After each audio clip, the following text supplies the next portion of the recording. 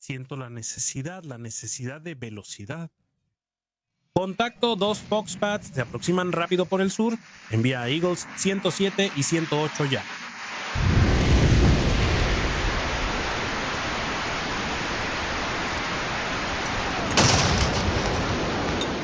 Los parámetros de la guerra cambian con cada nuevo conflicto, y la Segunda Guerra Mundial fue uno de los que dejó esto más explícito. Según Sun Tzu, la habilidad de alcanzar la victoria cambiando y adaptándose de acuerdo con el enemigo se llama genialidad. Un buen comandante siempre debe estar atento a los cambios que trae el ahora, siempre buscando actualizarse y salir de su zona de confort. A finales de los años 30, con la proyección de una probable guerra en el Océano Pacífico, unos pocos militares de Japón y de Estados Unidos apostaron por el desarrollo de un nuevo tipo de embarcación, que, aunque todavía era relativamente rudimentario, tenía el potencial de cambiar totalmente el tipo de combate que se libraba sobre las profundas aguas del océano, el portaaviones, a pesar de que todavía se favorecía la construcción de poderosos acorazados y cruceros.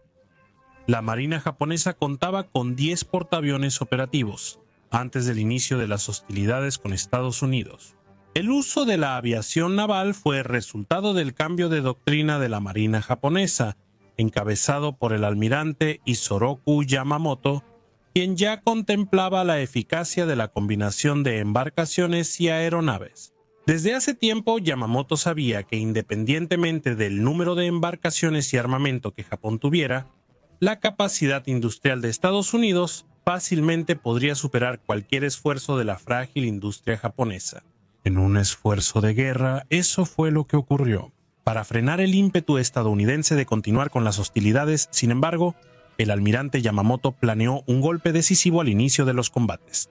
Una forma de minar fatalmente la moral estadounidense y cualquier medio de respuesta militar rápida que los estadounidenses tuvieran. Tras meses de preparación, Pearl Harbor fue atacada.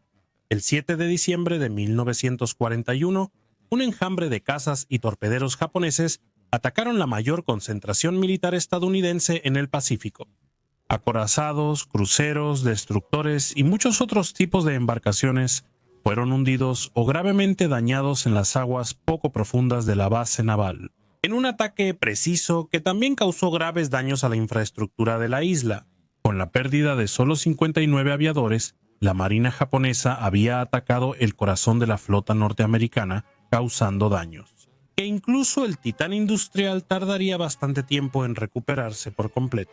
Quedó comprobado de manera histórica y efectiva lo que un portaaviones podía hacer, mucho más que un medio para llevar una fuerza de ataque ligera y precisa a grandes distancias. El portaaviones es un arma de disuasión y reafirmación del poder geopolítico, un medio para establecer dominio e intimidar a posibles enemigos, una de las armas más temidas hasta hoy.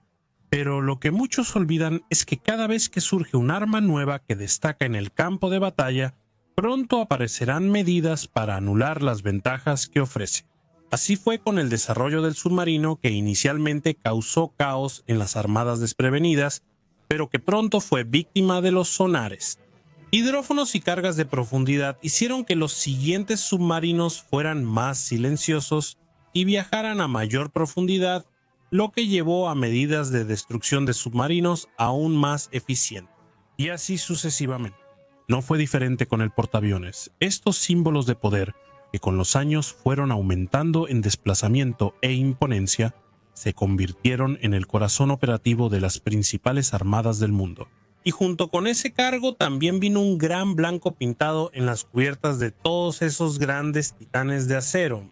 Con miras a la defensa de los portaaviones, se crearon diversas aeronaves con la finalidad de defender la embarcación de posibles enemigos. En los años 60, con misiles antibuque disparados por otros aviones y barcos volviéndose más modernos como los K-22 soviéticos. La protección de los portaaviones debía estar a cargo de un avión rápido, de fácil movilización, que pudiera emplear las tecnologías avanzadas necesarias para la interceptación. En 1961, el presidente John F. Kennedy nombró a Robert McNamara como su secretario de Defensa. En ese periodo, la Marina y la Fuerza Aérea de Estados Unidos estaban buscando una nueva aeronave para satisfacer las necesidades específicas de cada rama. La Fuerza Aérea desarrollaba el proyecto TFX y la Marina, el FADF, The Fighter Air Defense Fleet, o Caza de Defensa Aérea de la Flota. Ambos proyectos tenían como requisitos similares un avión que fuera supersónico, bimotor, que llevara 2 tripulantes y que tuviera gran capacidad de combustible y armamento. McNamara, sin embargo, consideraba que el gobierno estadounidense gastaba innecesariamente recursos en varios proyectos. Él no entendía la necesidad de tener varias aeronaves para diferentes propósitos y consideraba la gran cantidad de aviones en la flota estadounidense como una gran exageración. Por eso, aunque en contra de la voluntad de los militares de la Marina y la Fuerza Aérea, unificó ambos proyectos en uno solo, favoreciendo las características de la Fuerza Aérea, con el mismo caza teniendo que ser adoptado por la Marina, con algunas modificaciones para poder ser operado embarcado. La mayoría de las empresas de aviación estadounidenses buscó presentar una propuesta para el proyecto, ya que sería una aeronave que realizaría misiones muy diferentes, sustituyendo cazas icónicos como el F-8 Crusader, el F-4 Phantom y hasta el F-104 Starfighter. Entre las competidoras estaba Boeing, que era famosa por construir grandes aeronaves subsónicas de transporte.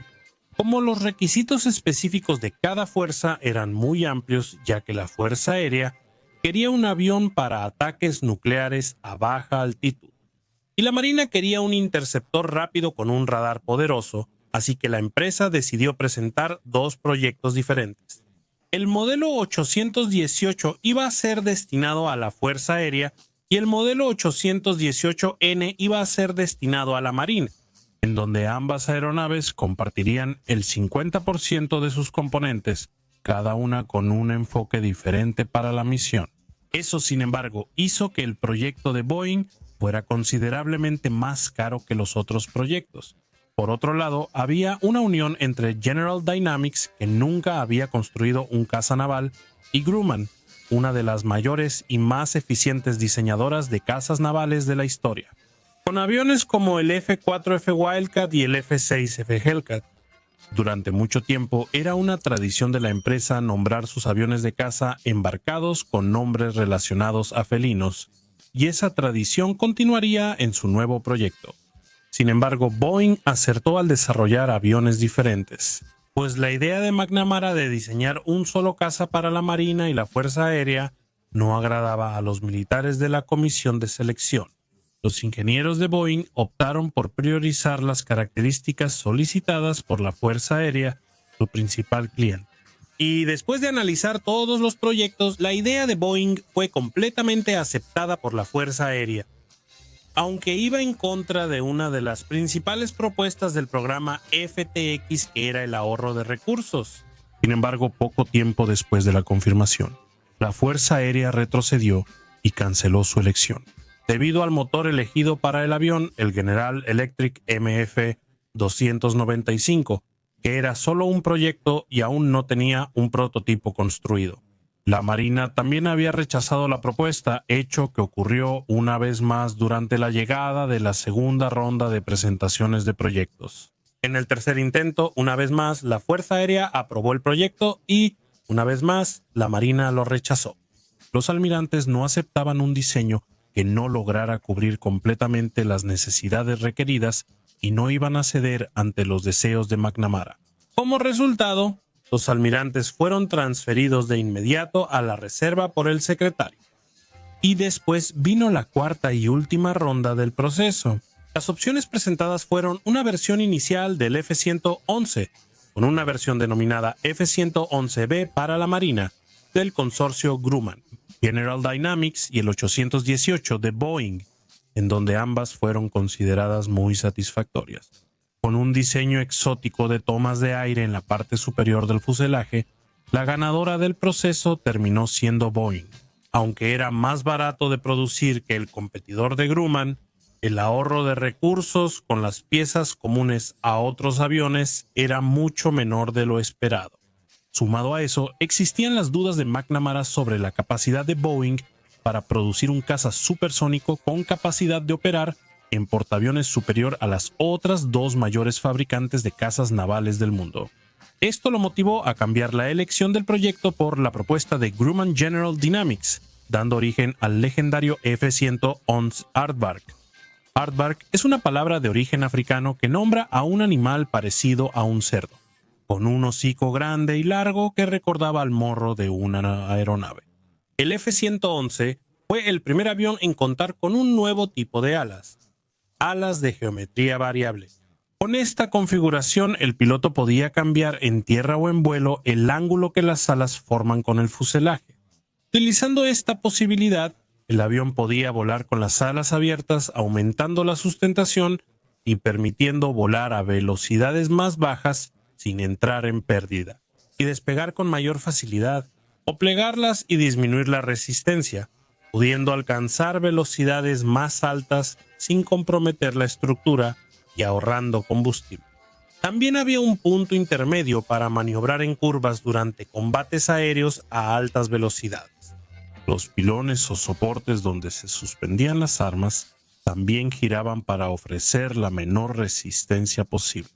Esa característica revolucionaria llegó a influir en aeronaves posteriores, como el Sukhoi Su-17, el Mikhail Gurievich MiG-23, el Panavia Tornado y el Sukhoi Su-24.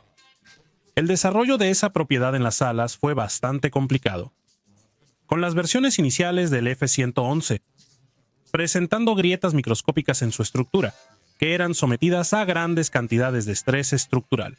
La versión para la Fuerza Aérea del F-111 fue bien recibida, ya que introdujo una gran cantidad de tecnologías innovadoras para la época, como el uso de posquemadores y una cápsula de escape que podía ser eyectada en caso de emergencia, llevando a la tripulación de 2 hombres que se sentaban lado a lado, además de poder emplear armamento guiado por láser. El F-111 tenía 5 metros de altura, 19 metros de envergadura y 22 metros de longitud, y vio intenso combate en Vietnam en 1968, hasta la Guerra del Golfo, en 1991, con sus últimas variantes siendo retiradas en los años 2000. La versión para la Marina, sin embargo, no tuvo tanto éxito. Con la versión inicial del F-111B presentando un peso excesivo, con 5 toneladas más de lo permitido, fue necesario rehacer el diseño y parte del proyecto. El F-111B tenía el morro más corto que la versión de la Fuerza Aérea para poder ser acomodado en los portaaviones. También se probaron los misiles de largo alcance AIM-54 Phoenix en los prototipos, pero problemas de desempeño atormentaron el proyecto hasta el final. Sin la fuerza necesaria para poder defender la flota a tiempo, la versión naval del legendario F-111 fue cancelada en julio de 1968. Ahora la Marina necesitaba rápidamente un vector que pudiera defender el mayor símbolo del poderío militar de la Tierra y en el menor tiempo posible. Y nadie mejor que la Corporación de Aeronaves Grumman para satisfacer su pedido.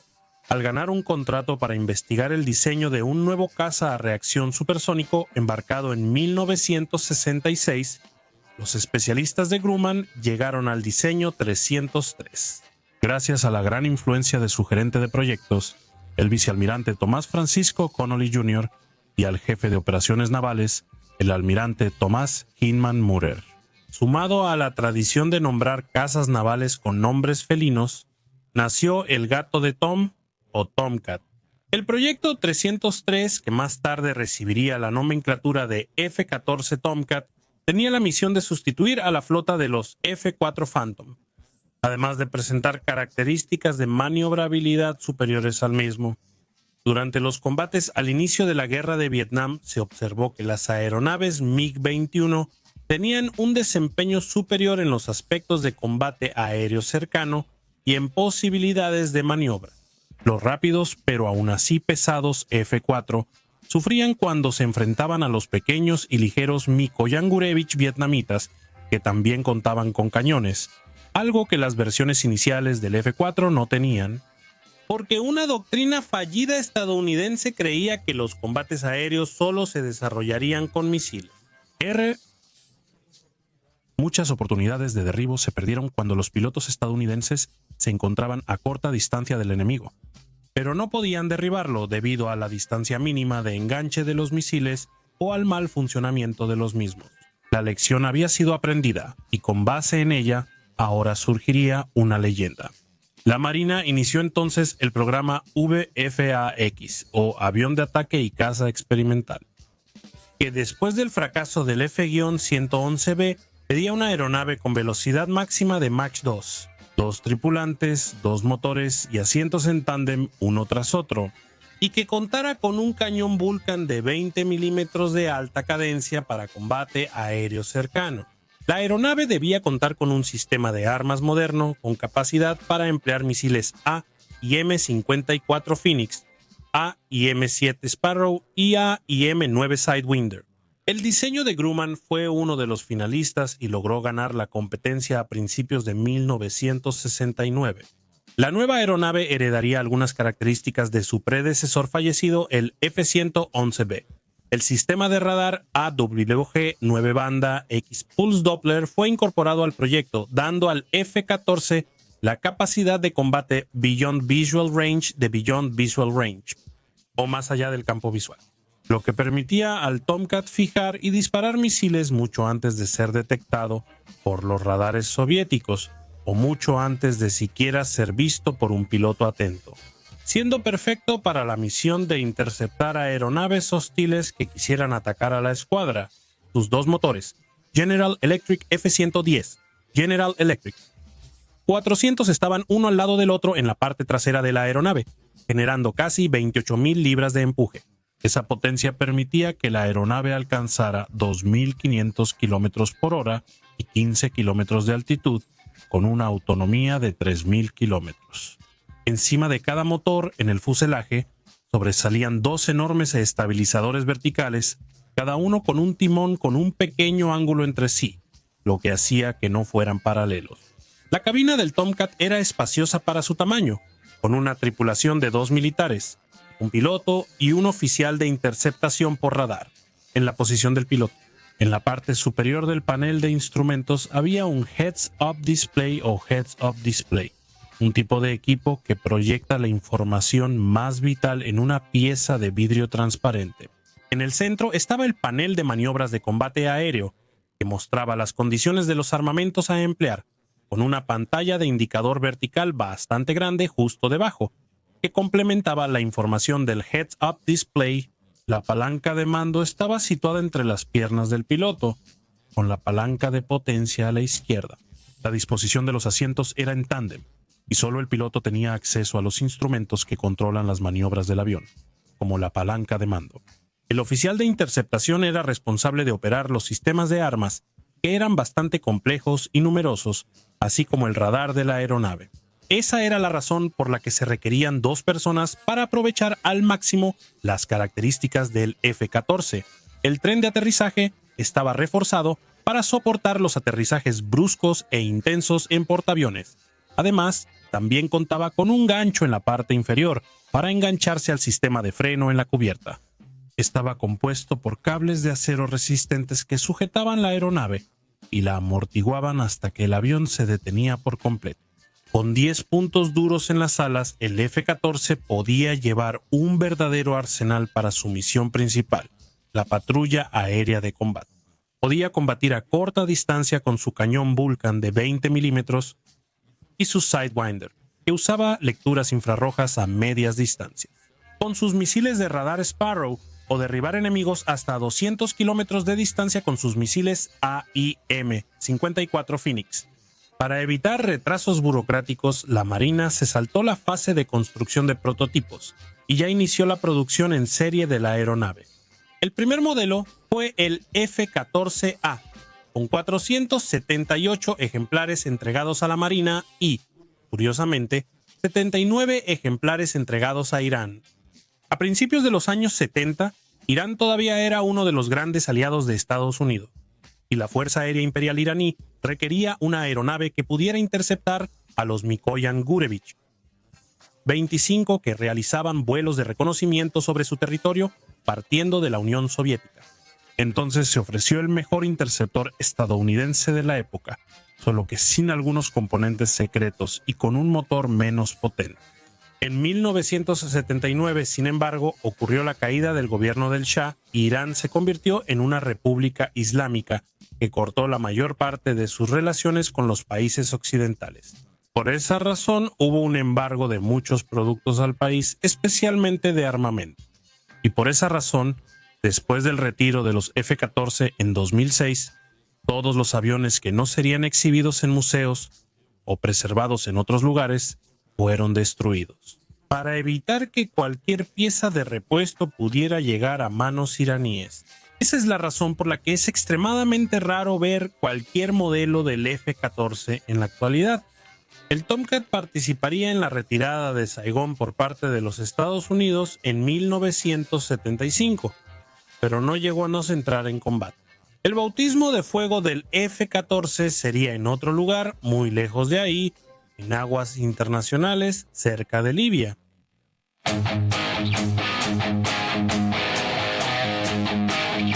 El 18 de agosto de 1981, la sexta flota norteamericana, liderada por los portaaviones United States Ship Nimitz y United States Ship Forrestal, llegó al Golfo de Sidra en la costa de Libia.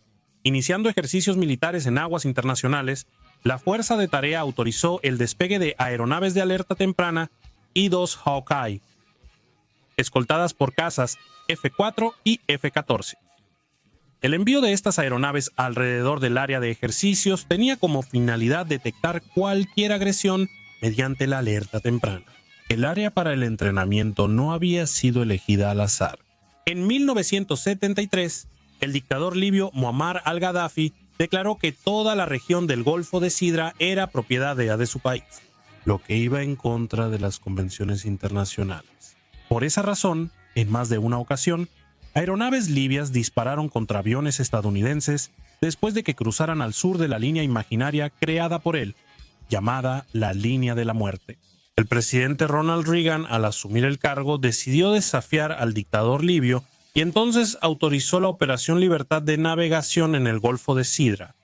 Este tipo de acción militar puede ocurrir cuando un país comienza a tomar demasiadas medidas contra el tráfico libre en áreas reconocidas como aguas internacionales, y tiene como objetivo intimidar al agresor y hacer que cesen las hostilidades.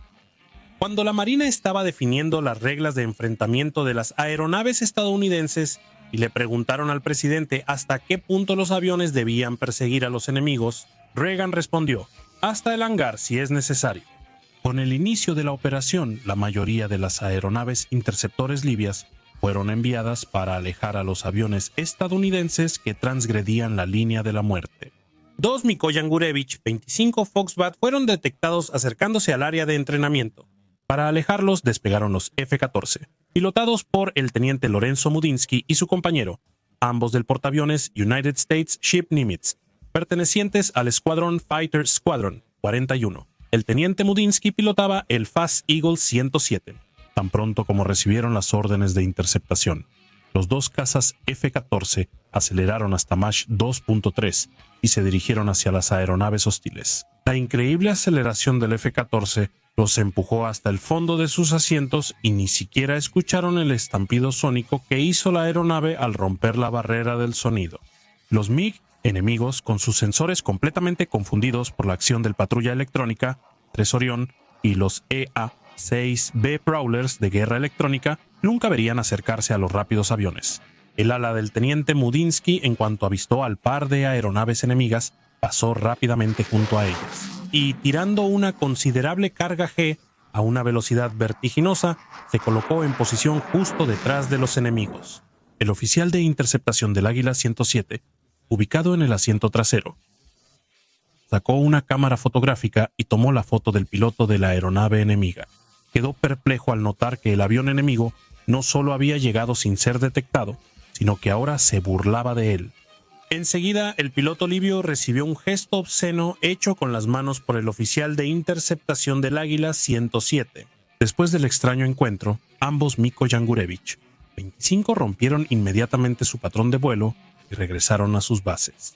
El 18 de agosto registró cerca de 70 interceptaciones similares, en las que los estadounidenses comentaban que la parte más emocionante era intentar comunicarse con los pilotos libios durante las interceptaciones.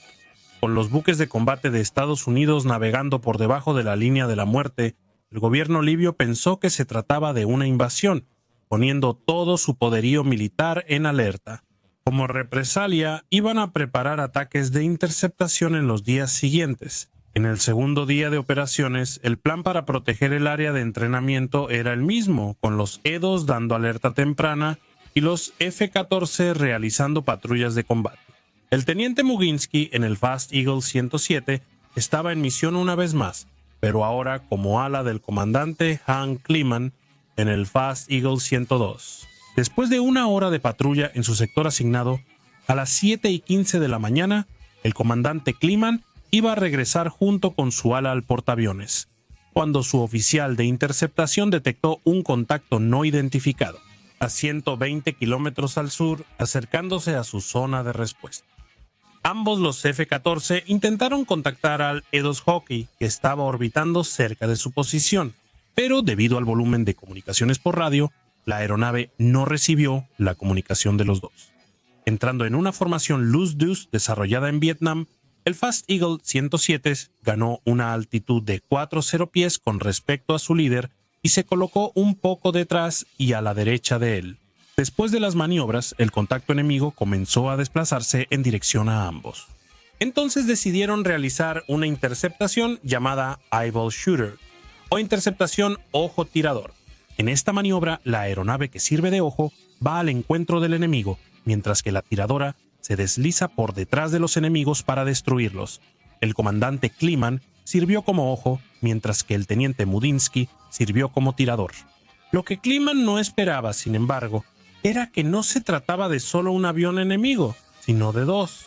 Los dos Sukhoi Su-22 libios volaban tan cerca uno del otro que la firma de radar parecía la de una sola aeronave. El operador del avión radar cercano avisó que había interceptado una transmisión de uno de los cazas, diciendo que estaba listo para disparar, algo que sucedió solo segundos después. El Su-22, que lideraba la formación, disparó un misil K-13 contra los F-14, que salieron ilesos de tal agresión, pues el misil perdió el rastreo debido a la impresionante velocidad de interceptación de los dos grupos. Por radio, el comandante Kleeman ordenó al teniente Mudinsky: «Ve tras quien nos disparó, yo iré por su compañero». Después de la orden, los dos F-14 se posicionaron detrás del Sukhoi 22, que intentó tomar medidas evasivas. Kleeman, entonces, se acercó al Sukhoi 22, pero el libio iba en dirección al sol naciente. El sol dificultó el sistema de rastreo de misiles que seguían ondas infrarrojas, y su oficial de interceptación necesitó 10 segundos para asegurarse de que el armamento seguiría la fuente correcta. Con el gatillo presionado, la aeronave tembló un poco con la activación y el lanzamiento del misil. Sidewinder, que dejó una estela de humo blanco mientras se dirigía hacia la cola del Sukhoi, que intentó realizar maniobras aéreas, pronto sufrió el impacto. El misil había alcanzado las superficies de control de la aeronave, inutilizándolas por completo. El piloto libio, poco después, se eyectó y la aeronave cayó al mar. Mientras tanto, Mudinsky también se posicionó detrás de otro Mikoyan Gurevich y al recibir la confirmación de derribo por parte de su líder, preguntó: «Comandante, ¿quiere que lo derribe? Afirmativo, lo hago». Él respondió Kleeman, dándole a Mudinsky posiblemente la mejor frase que un piloto. Al intentar usar sus misiles Sidewinder, Mudinsky se dio cuenta de que uno de ellos no funcionaba y no pudo dispararlo. Al intentar usar el radar de corto alcance, también notó que no funcionaba. Y el Su-22, aprovechando la ventana de acción, hizo una curva cerrada y jaló 6G intentando sacar al enemigo de su cola. Mudinsky entonces disparó su único Sidewinder funcional, que inicialmente perdió el rastreo y pasó de largo por el avión hostil. Inmediatamente Mudinsky cambió al cañón Vulcan de 20 milímetros, pero su misil, disparado repentinamente, retomó el rastreo, jaló increíbles 45G y alcanzó al desprevenido caza libio. Tan pronto como se confirmó el derribo, ambos recibieron una transmisión del USS Nimitz. Eagle 102, Eagle 107, aquí es el USS Nimitz. Están autorizados a defenderse. Aquí es 102 y 107. 2 derribos confirmados. Todo el enfrentamiento había durado solo 3 minutos y 44 segundos. Los libios habían entrado en la zona de peligro y habían sido destruidos en ella. Y hoy el Águila 102 está siendo restaurado y preservado para exhibición. Muammar al-Gaddafi quedaría marcado por este incidente durante décadas, donde en más de una ocasión intentó vengarse de las fuerzas estadounidenses. La operación fue considerada un éxito y logró, en gran parte, restaurar la independencia de las aguas internacionales en la región para cualquier embarcación. Un resultado que, sin embargo, no duraría por mucho tiempo.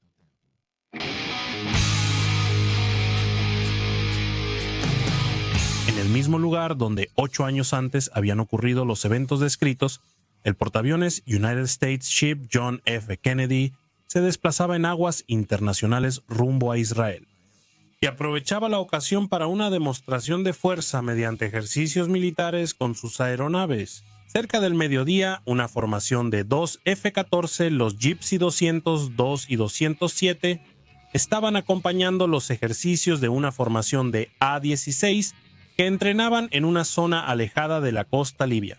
Después de detectar señales en el radar, llegaron a la conclusión de que se trataba de aeronaves hostiles que partían de la ciudad libia de Tobruk. Gypsy 207, contacto rumbo 75 a 100 kilómetros, formación a 2 o 3 mil metros de altitud. La confirmación vino de un Hawkeye que volaba cerca que informó que se trataba de un par de MiG-23, conocidos como Floggers por la OTAN. A los F-14 se les instruyó entonces realizar una interceptación estándar de las aeronaves, con el fin de impedir que interfirieran en los ejercicios. Debido a las acciones consecutivas del dictador Gaddafi, que años antes había hecho explotar un avión civil sobre Escocia y en ese momento buscaba producir armas químicas. Nuevas órdenes de enfrentamiento autorizaban a los pilotos estadounidenses a derribar cualquier aeronave que no obedeciera las órdenes de no interferir en los entrenamientos. El Gypsy 207 era pilotado por el comandante Joseph Connolly, siendo su oficial de interceptación el comandante Leo Enright, y el Gypsy 202 era pilotado por el teniente Herman Cook. Cuando confirmaron la dirección de los MiG-23, los enemigos acordaron girar a la izquierda tomando rumbo este. Los MiGs que venían por el sur copiaron la maniobra de los estadounidenses y giraron a la derecha también tomando rumbo este. Sabiendo de las limitaciones de los radares soviéticos, ambos Tomcat descendieron rápidamente a 60 metros, quedando a solo 10 metros de altitud. Con esa maniobra, los radares y los misiles de los MiGs no podrían distinguir los aviones de la interferencia que venía del océano. Los F-14 ahora hacían una pequeña curva a la izquierda, dejando a los MiG cerca de la proa de su cola. Por breves momentos, mientras recibían la autorización del portaaviones para realizar la interceptación de la manera que consideraran mejor, los Floggers se dieron cuenta del momento y aceleraron con todo lo que tenían para dejar atrás a los F-14. Los estadounidenses continuaron realizando giros para averiguar las intenciones de los pilotos libios. Y después de la quinta vuelta, los MiGs imitaron el movimiento de los Tomcats, señalando que era hora de actuar. Ahora las dos parejas estaban en ruta de colisión, con la pareja estadounidense viniendo del norte y los libios desde el sur. En cuanto los MiGs entraron en el alcance del radar del F-14, el Gypsy 207 rápidamente disparó un misil. Fox 1. El misil Sparrow guiado por radar fue disparado por el oficial de interceptación del Gypsy 207. Pero en la emoción del momento no había seguido toda la lista de verificación de disparo y sorprendió al comandante Connelly. Debido a una falla mecánica, el misil falló el objetivo y, segundos después, el Gypsy disparó otro Sparrow, pero el misil no logró fijarse correctamente en el objetivo y se perdió en la inmensidad de Man del Mosanois-Zamar. Con la distancia cada vez más corta, los F-14 decidieron romper su patrón de vuelo e iniciaron maniobras defensivas.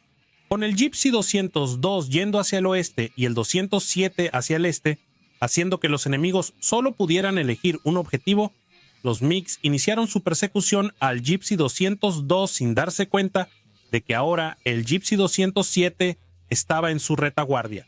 Totalmente ajenos al F-14 que acechaba sus colas, también habían entrado en la zona de peligro. Una vez más, disparando un Sparrow, el radar logró fijar perfectamente a uno de los MiG agresores, que explotó y entró en barrena, siendo retirado del combate. Pero aún faltaba uno de los enemigos, el MiG restante. Comenzó su huida, pero ahora tenía en su cola al Gypsy 202, a quien estaba cazando momentos antes. A muy corta distancia y con visual ideal del enemigo. El teniente Herman Cook, mientras tanto, no podía escuchar la señal sonora de que su misil estaba fijando el objetivo. Cook hizo varios intentos, pero su Sidewinder seguía sin fijar el objetivo, siendo en ese momento interpelado por su oficial de interceptación, el teniente comandante Stephen Collins. Dispárale. No tengo fijación, maldita sea, le disparo. Fox 2, no puedo, no tengo fijación. Fue solo entonces que Cook se dio cuenta de que había cometido una gran tontería. Se le olvidó subir el volumen del sistema de sonido del bloqueo del misil. Y en cuanto corrigió su error, escuchó el ensordecedor sonido del arma que estaba sedienta de destruir su objetivo. Misil fijado, FOX-2. El Sidewinder voló hacia el MiG y pasaron segundos de tensión hasta que una violenta explosión destruyó completamente el avión enemigo. Buen derribo. Con el derribo confirmado, los F-14 acompañaron a los pilotos libios, que se eyectaron hasta caer al mar y entonces se dirigieron hacia el portaaviones. La Fuerza Aérea de Libia, lamentablemente, no logró rescatar a sus pilotos, quienes nunca más fueron vistos. Pero fue lejos de las zonas calientes de peligro del Mediterráneo, donde el F-14 encontró su elemento de inmortalidad, siendo retratado en las pantallas del cine. En la película Top Gun: Haces Indomables, la película de 1986, protagonizada por Tom Cruise, fue un hito para toda una generación.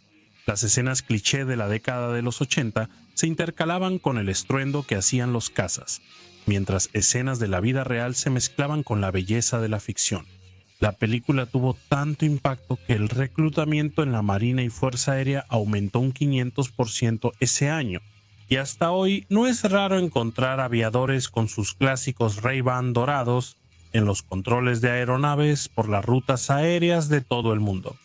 En la película, el joven oficial Pete Maverick Mitchell ingresa a la Escuela de Aviadores de Élite de la Marina de los Estados Unidos, el programa Top Gun, junto con su oficial de interceptaciones, Nick Goose Bradshaw. Ambos son seleccionados para la escuela después de un incidente con un MiG-28 enemigo. En realidad, el MiG-28 es una aeronave ficticia, siendo representada en la película por una aeronave Northrop F-5E, con un camuflaje de escuadrón agresor, es decir, que sirve de enemigo para entrenar a los pilotos estadounidenses. También se pueden identificar aeronaves con camuflaje similar durante el combate con instructores que usan A-4 Skyhawks. La escuela Top Gun existe en la realidad, aunque no es exactamente como se muestra en la película. Oficialmente se le conoce como la Escuela de Armas de Caza de la Marina, ganando su famoso apodo Top Gun por el perfil de élite de los pilotos que forma. Es la institución responsable de la formación y perfeccionamiento de los mejores pilotos de la Marina, quienes concluyen el curso y luego regresan a sus bases como instructores de élite. La rutina dentro del programa es extremadamente dura, con estudios y preparación previa para los vuelos siendo lo más exigente posible, para incentivar el profesionalismo y recordarles a todos que la vida real no es una película de Hollywood. Los pilotos deben pagar una multa de $5 cada vez que hagan una referencia a la película Top Gun dentro de la escuela. Tal es la importancia de Top Gun que el coronel Robbie Knowles, cuando hizo su gira de inspección de los pilotos de la Fuerza Aérea en Asia, en los años 60, se dio cuenta de que los pilotos estaban acostumbrados solo al combate, que involucraba el disparo de misiles, y que muchas de las técnicas de combate cercano con armas no estaban recibiendo el mismo estudio que deberían tener. Como resultado de eso, predijo correctamente que las bajas de la Fuerza Aérea en caso de un conflicto, como fue la Guerra de Vietnam, serían considerables. La Marina, sin embargo, logró mantener un promedio de supervivencia y derribos mayor, precisamente gracias al programa Top Gun. El Grumman F-14 Tomcat marcó a generaciones de pilotos, el avión que demostró a todos el poder y la sensación indescriptible de pilotar una aeronave de alto rendimiento. Un avión que revolucionó con nuevas tecnologías y protegió los mayores símbolos del poder militar estadounidenses durante casi medio siglo. ¿Tú también sientes la necesidad de velocidad? En la película Top Gun, Maverick pierde a su mejor amigo Goose en un accidente. Cuando estaban a una distancia muy cercana de la aeronave enemiga, Los vórtices de aire generados por el avión de Iceman crearon una inestabilidad aerodinámica que apagó los motores y provocó una pérdida en el Tomcat de Tom Cruise. Al eyectarse, Gus golpea su cabeza contra el canopy, que no se había eyectado correctamente, ya que su eyección dependía de la velocidad del viento para ser retirado. Y como estaban en una barrena plana, se generó un pequeño vacío, manteniendo parte de la estructura aún junto al avión. Este caso está basado en hechos reales y le ocurrió al teniente David Geisenbitter Gus, un oficial de interceptación que falleció. De la misma manera que Gus en la película, su caso se hizo famoso y en las etapas de desarrollo de la película, su nombre fue inmortalizado en el largometraje. Pero en México también tenemos a nuestros Gus, que nos dejan con mucha nostalgia. El 4 de noviembre de 2022, una aeronave T-25 de la Academia de la Fuerza Aérea perdió contacto de radar en la región de Florianópolis. Inmediatamente, el Escuadrón Pelícano de la Fuerza Aérea activó una aeronave C-105 Amazonas que inició una búsqueda de casi 20 horas ininterrumpidas por los dos tripulantes de la aeronave. El cadete aviador de cuarto año, Junior, de la aviación de patrulla, y el capitán aviador Alves, instructor en la Academia de la Fuerza Aérea. El día 5, ambos fueron localizados ya sin vida por el equipo de búsqueda y rescate. Hoy sabemos que, como todo aviador, ellos simplemente despegaron para la misión más noble de cualquier caballero del cielo. Ustedes partieron haciendo lo que todos nosotros amamos y que sé que era lo que los hacía vibrar cada día. Quédense tranquilos, amigos. Nos dejan con un sentimiento de enorme añoranza, pero también con una enorme satisfacción por haber tenido el placer de convivir con ustedes dos. Ejemplos de colegas de familia, de esfuerzo y de seres humanos. Descansen en paz, amigos. Bruno Fontanibia. ¿Te gustó nuestro contenido? Si quieres que Sala de Guerra siga con estos videos, considera colaborar. Puedes ayudarnos enviándonos un Pix o también en nuestra campaña en Apóyase. Ahí tendrás acceso a nuestro grupo exclusivo de WhatsApp y tu nombre aparecerá aquí en los videos. El enlace está aquí en la descripción. Bueno, si te gustó este video, no olvides compartirlo con tus amigos. Danos like y suscríbete a la Sala de Guerra para no perderte nada. Me despido. Te agradezco nuevamente por tu audiencia y un fuerte abrazo de la Sala de Guerra.